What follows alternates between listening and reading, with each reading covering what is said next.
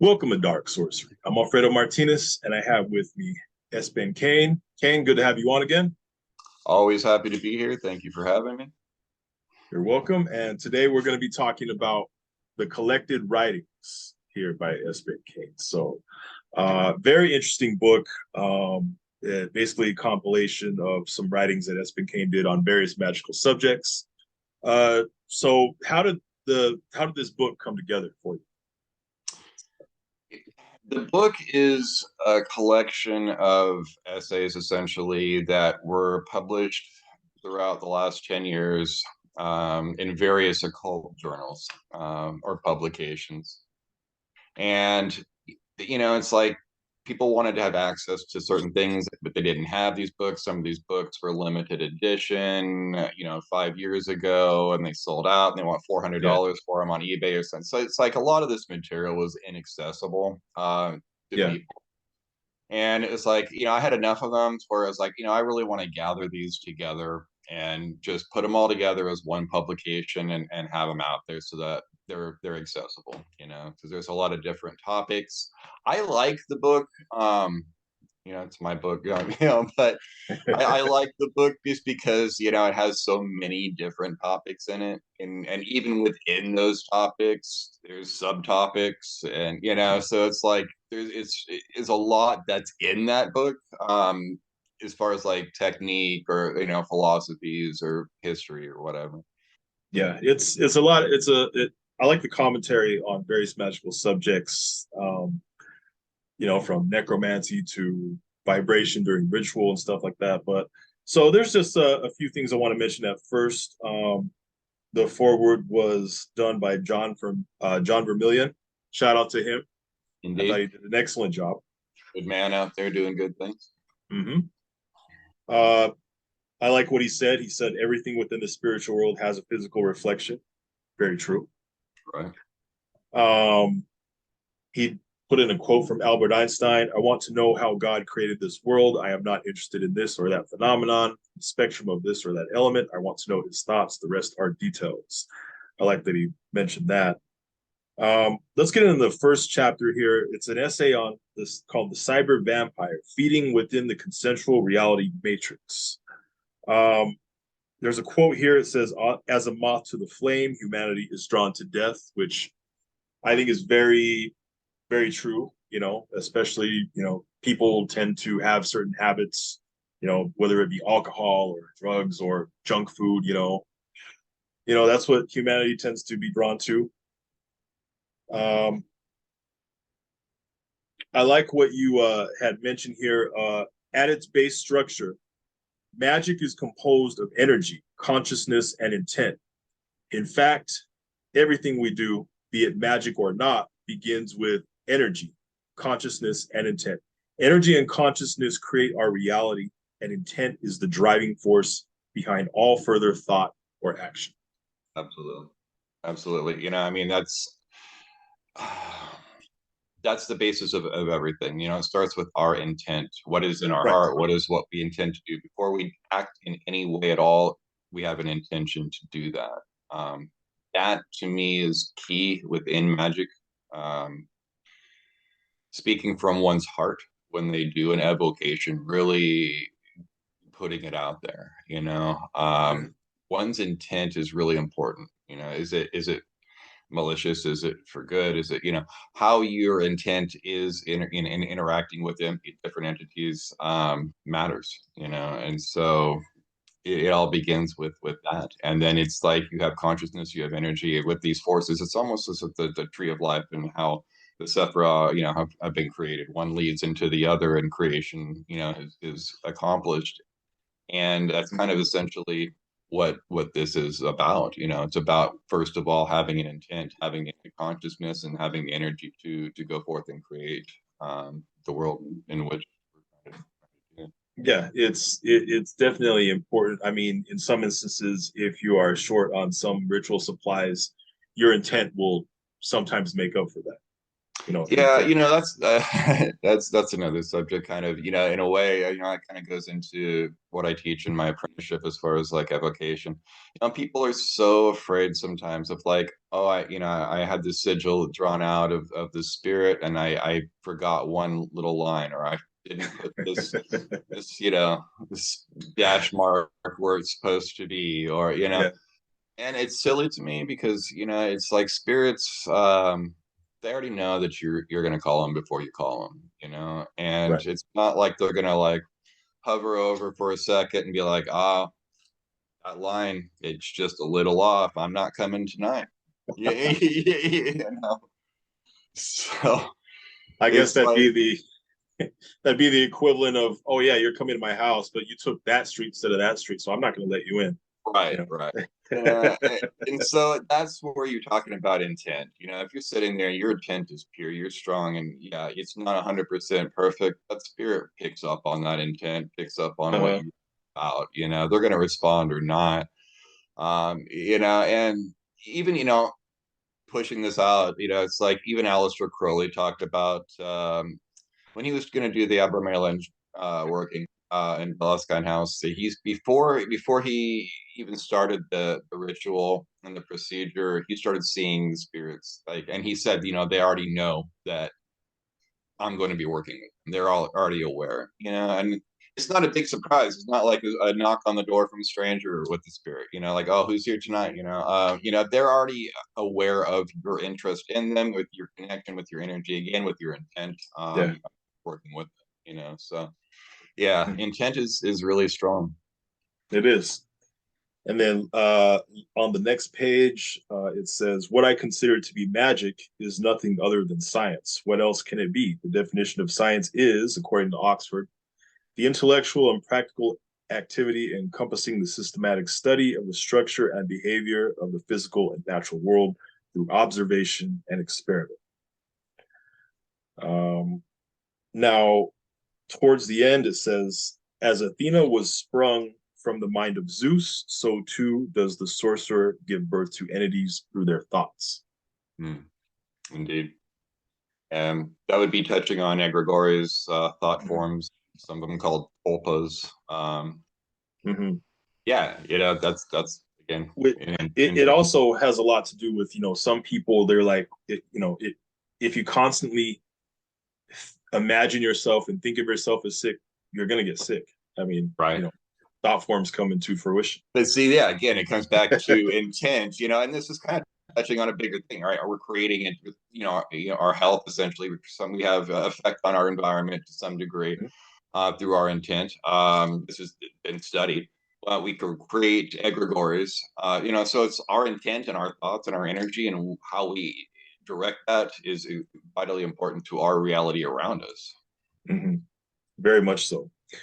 You also have a section called the 13 Pillars of Wrath, somewhat of a ritual that you had put together. It says here, sympathetic magic is utilized, though the scientific community will recognize this as an act applying what is known in quantum physics as entanglement. Can you explain a little bit about entanglement?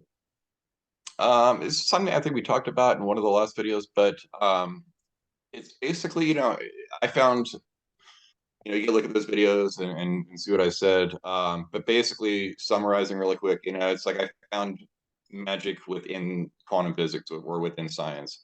I couldn't just believe that you say magic words and draw something on the ground and magic happens. Like I couldn't accept that as my reality. So I Yeah. had to understand the mechanics of it. And when I looking at quantum physics, I found these, you start getting to quantum physics, looking at 0 point field, looking at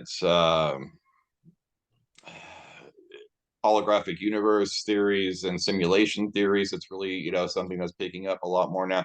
All these things come into play, you know. Mm-hmm. So Very much so. Then we'll go to the chapter. It says science of magic, all is one. Um, there's a quote there that says Lovecraft has ever infused our idea of interdimensional travel with angles beyond reason, an angle which was acute but behaved as if it were obtuse, as he describes in The Call of Cthulhu. Angles are the key to unlocking the dimensions, the key to traveling in between, as was touched in Smokeless Fire. Right. Um, then on the following page, it says, one could only draw the natural conclusion that within angles there is power. And within the correct angles, doorways between realms can, will, and have opened. If the correct angles are utilized in conjunction with the correct vocal vibrations, doors to other dimensions reveal themselves and are unlocked for travel, both to and from the other point. Right.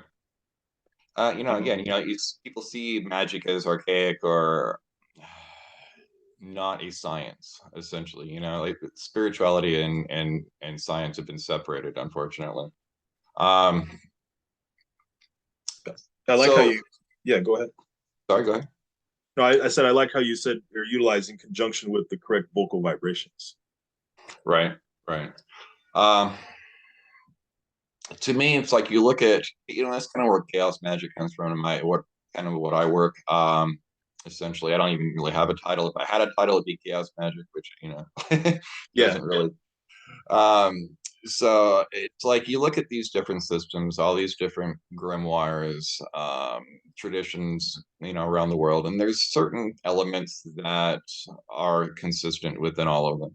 One of them being a magic circle and triangle. And we're looking at angles as far as bringing forth the spirit. The Glisha essentially could not get more basic. I mean, you have a triangle and you have a circle. I mean, there it is. mm-hmm. That's the most Yeah, basic that you could use in that system right there. yeah. And so like with Smokeless Fire, I kind of go into angles and what I consider static energy.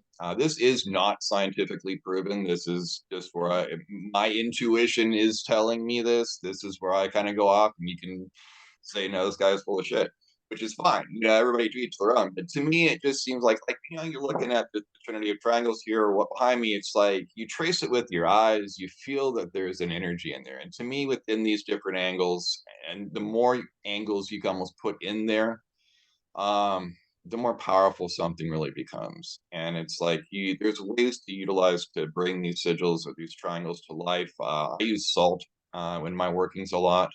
It transfers energy and my intent and what I'm trying to do, and it empowers that triangle.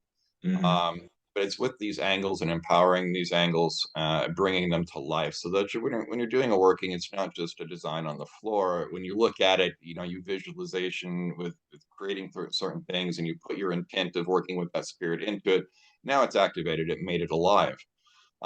You working with evocations, especially in Smokeless Fire, it's used to kind of help unlock that Pandora's box, or that triangle, the Hellraiser box.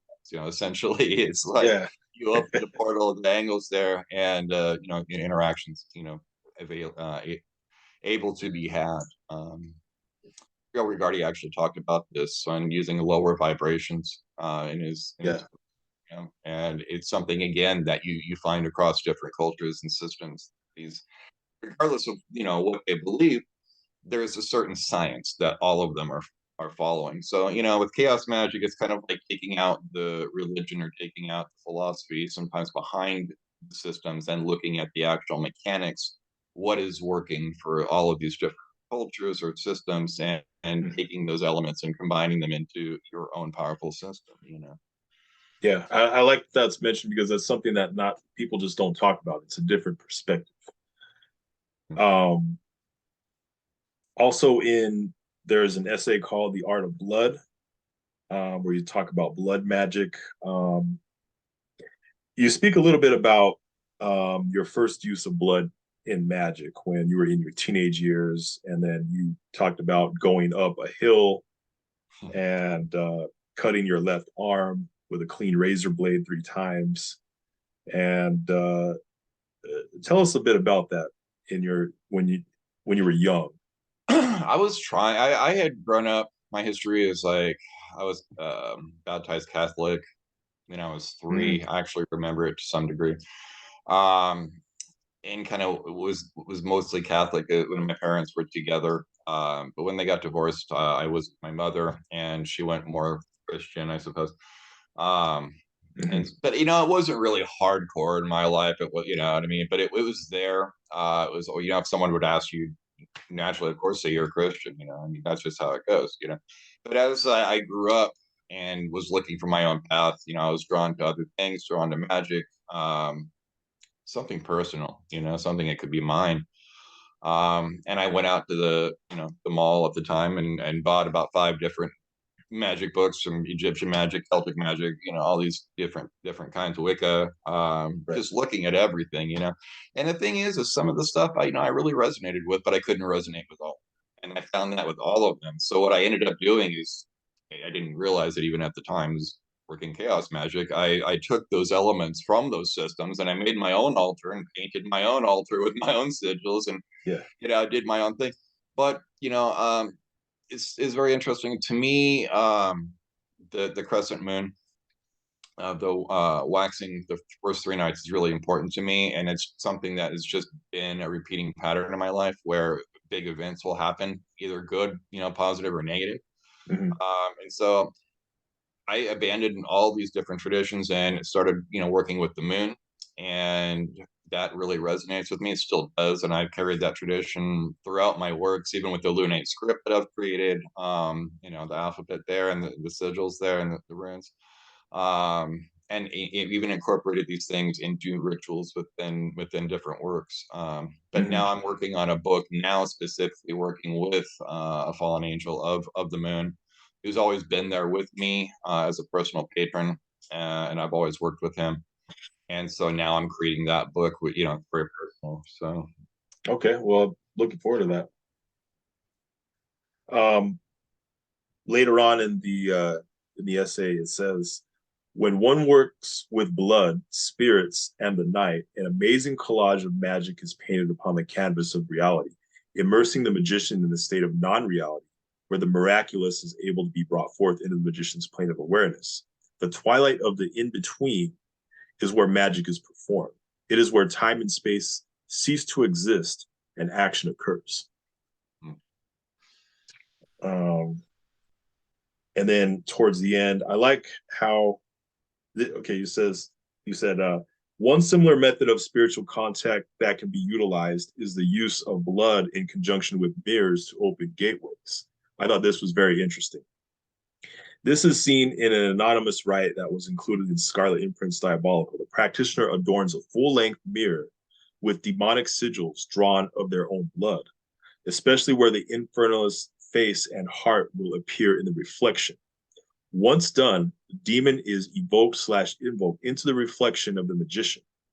This is a very effective operation as it again relates to connecting the magician to the spirit being called forth through the mirror by the use of sigils and blood. As stated, this type of bond formed with a spiritual entity is amazingly strong and cannot be easily broken. Yeah, so is this something that just came to you sort of like an epiphany? I thought this was very like interesting. yeah, like I said, though, that working in particular, that's something I read, was by an anonymous author. I don't know who the author is of it, but I Yeah, found that was really powerful. Because my personal belief, and everybody has their own beliefs about things. yeah. I happen to believe that the spirit, the soul, whatever you wish to call it, is within the blood. Hmm. And I suppose it probably comes from my Judeo-Christian background. It's just as my name Cain comes from that particular branch. So it's just Right. my personal upbringing, my personal beliefs about things. So it's like within that blood, there's the soul is powerful, and using that within rites is, you don't need a ton of it. You don't need a whole bowl full of blood. It's not about that. It's the significance of it. It's, when one gives sacrifice, it doesn't necessarily mean you have to kill something. Sacrifice to me is offering up something that matters to you. Like when you offer this up, you're going to feel that loss. You Hmm. know, that's the idea. Not offering something up and don't feel anything, or it doesn't matter. Like it's offering up something that's personal to you. And to me, my blood is the most sacred thing to me, as it carries my spirit. So what I'm offering is almost a symbol, a sign. And I don't do this every working. It depends on the entity and what I'm doing. Right. Um, but I offer it as a sign of honor. Of this is what I'm offering, and putting on the table, essentially, for you to help me, if you will. And Hmm. so it's It's not for them to gain strength from and gain power from. There are things from that, that are like that, but with this, it's more symbolic and sacrifice of something to gain something. Okay. And then you have an essay on dreaming, dead but dreaming, the art of necromancy and calling of the fallen. Um, it's mentioned here. It says one ancient Greek example is a tale by Lucan entitled Pharsalia, where the character Ericto reanimates the corpse of a Pompeian soldier by pumping hot blood into it along with magical herbs. Barbarous words are then spoken, followed by the evocation of various underworld deities, causing the soldier's spirit to appear. The spirit refuses to possess his now rotting corpse, but is forced inside by the lashings of a snake wielded by Ericto, and with threats to the spirit concerning the underworld, which is very reminiscent of the use of the spirit chain in Goetic work, also being of Greek origin. I thought that was a unique method of necromancy. Yeah, absolutely. It was very different and not something you come across every day for sure. Not something I personally have practiced. I can say that, but I found that was really rather interesting. Quite morbid, if you will. Yeah. But yeah. Very, yeah, very and then you have this essay on drawing, or actually somewhat of a ritual, drawing forth the dead, the necromantic ritual of reawakening. So there, not only are there rites in this book, I mean essays, but there are rites following some of the essays. So you can just go ahead and practice what you've been reading about, which I thought was very interesting. So drawing forth the dead, the necromantic ritual of reawakening. I like the fact that you mentioned an oak wand scepter is needed for this rite, as oak is the wood of the crossroads. right. Thought that was worth mentioning. But then, but the way this is drawn is it's calling spirits, but it's in the form of a ladder here. So if you can see, you guys can see at home watching. I don't know if you can really. Yeah, it light. just looks white. You can't see it. Okay, Oh, so if I put this angle, it's like a spiral staircase. Right. Where you start here and you walk down as into the circle and you're drawing it down, and then when you're done, you walk back up here. How did this rite come to you? It's something that instinctively came to me. It's like I love being in the position I'm in because I follow my intuition as far as how things should be done, and it seems to be effective. People can follow it or not. It's up to them. If I seem to get results, people seem to get results sometimes. With whatever. I thought that was very unique. The idea of this ritual is to meet the dead halfway, almost in a limbo or purgatory. It's like I look at it as here's our realm, here's their realm, and as you come down into the middle, you also are raising them up, and you're meeting in this twilight negative land, in between planes, and that's what that staircase is. It's a mental state. You are descending mentally into this consciousness and into this zone, and then you're raising them up, and you're meeting on this middle ground, and that's the idea of the ride. Yeah, and every step you take down the staircase, you trace a pentagram with the oak wand, Right. and then as you descend. So but it's not something you walk real fast. This is it's like circumambulation of what they can talk about, going around in circles several times. And if you notice, it's 3 times. You go around 3 times to get within, and then so it takes a minute. It takes about. It's not meant to be done quickly. It's something that you want to get into. Yeah, it's not something you should rush. It's something because mentally should sync with. Then you have a chapter on Nyarlathotep, which you had done some comparisons here. You said Nyarlathotep has more in common with Lucifer, Shaitan, Aiwass, and Set than one might initially recognize. All are anthropomorphic representations of the great energy of chaos manifested into deific forms. The energy of the great Daemon Sultan Azathoth. In this new light of speculation, the fall of the old ones is quite similar to Lucifer and the fall of the rebel angels, in that they were both abandoned to the earth and the spaces in between which they haunt as monstrous ghosts in twilight dimensions. Can you explain a little bit about this connection here? It's just an interesting parallel, really. It's Yeah. like you have, the epic, the epic fall of Lucifer from Yahweh, or this whole system, and we see this reflected in the tale of the old ones, essentially their history and being kind of cast out. I find it interesting. Another correlation there between I guess the Goetia and the spirits of the old ones.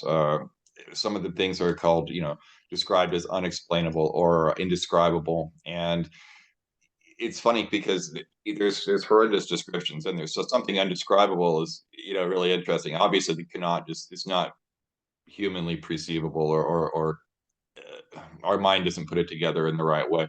We find the same thing in some of the descriptions of the spirits of the Goetia. So there's also that parallel that is there.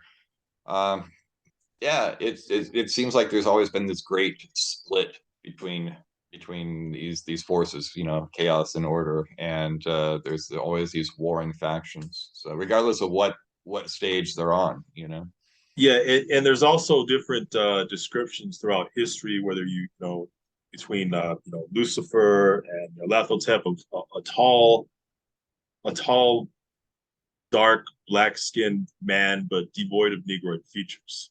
You Right. know, you I like there's these comparisons throughout different sources.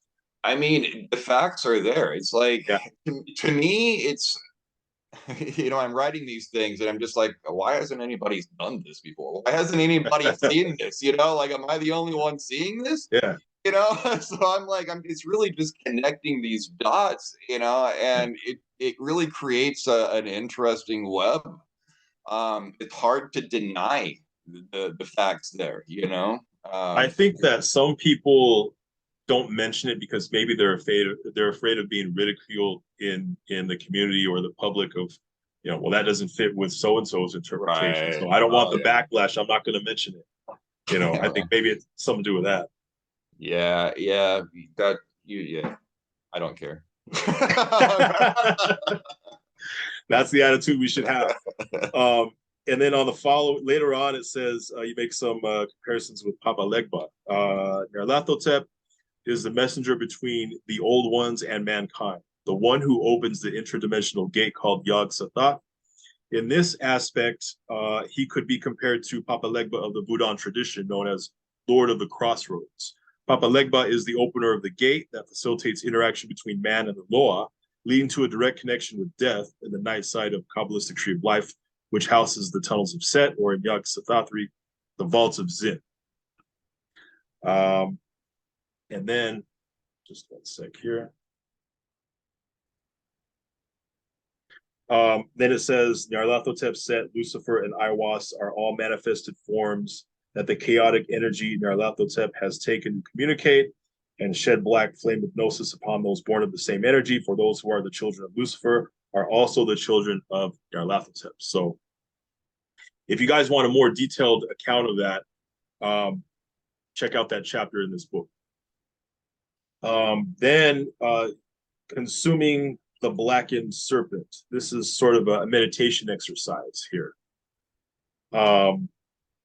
But later on, you write, Cthulhu is represented through the use of water, Shub-Niggurath through the earth, Azathoth by air, Yog-Sothoth by fire, and Nyarlathotep by spirit, encompassing them all.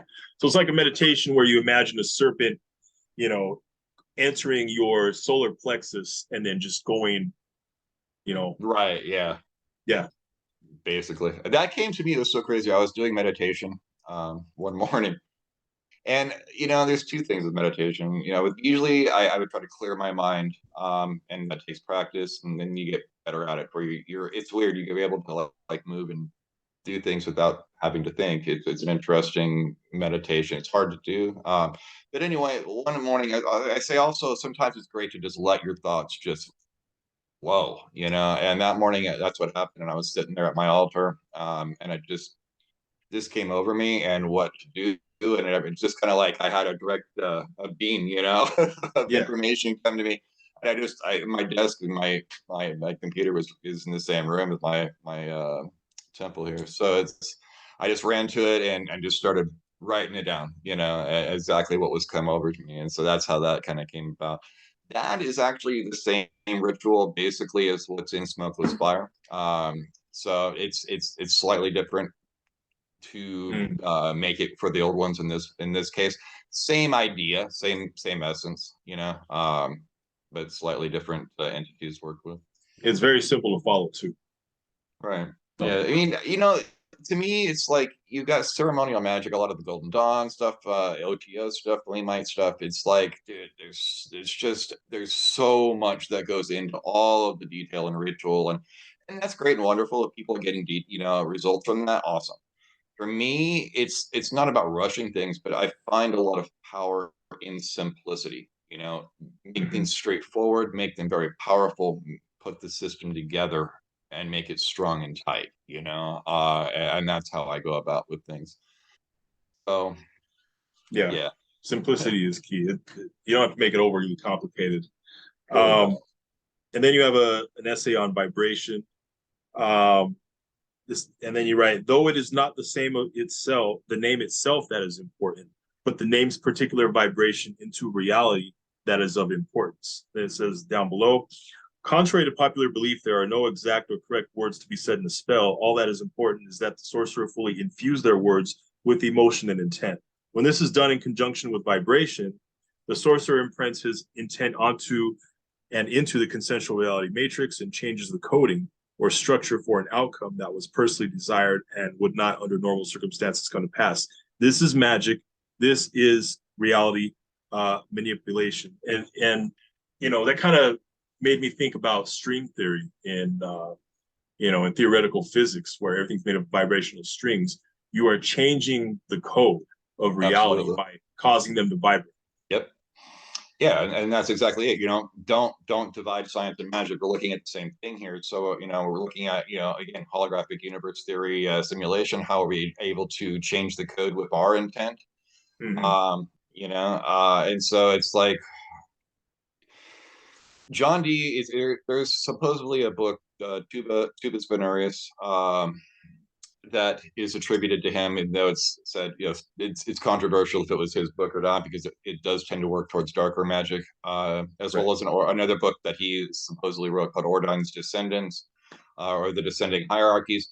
But Tuba Veneris is interesting as there is what you said. There's barbarous words in there. When you translate them, they don't translate. They don't mean it. The work is very real, but it's more of like the way I describe it is the vibration is the vehicle and the intent rides upon that to get where it needs to go, Right. and so it's the intent, again, talking about intent of what Yeah. you're trying to say and do, Yeah. is what The matters with that focus. intent. Yeah. The focus. The strings kind of know what you're focusing on, and then they. Absolutely. Yeah. Well, very very good book. A lot of good stuff in it. For those who are watching, we just mentioned just a little bit of some of the essays that are in here. If you want a more detailed explanation, uh, go ahead and pick up this. You can get on Amazon. The link will be below the video description. So once again, S Ben Qayin, The Collected Writings. Qayin, thank you once again for coming on. Indeed. It's Yep. always a pleasure. And everybody who's watching, go ahead and like and subscribe to Dark Sorcery.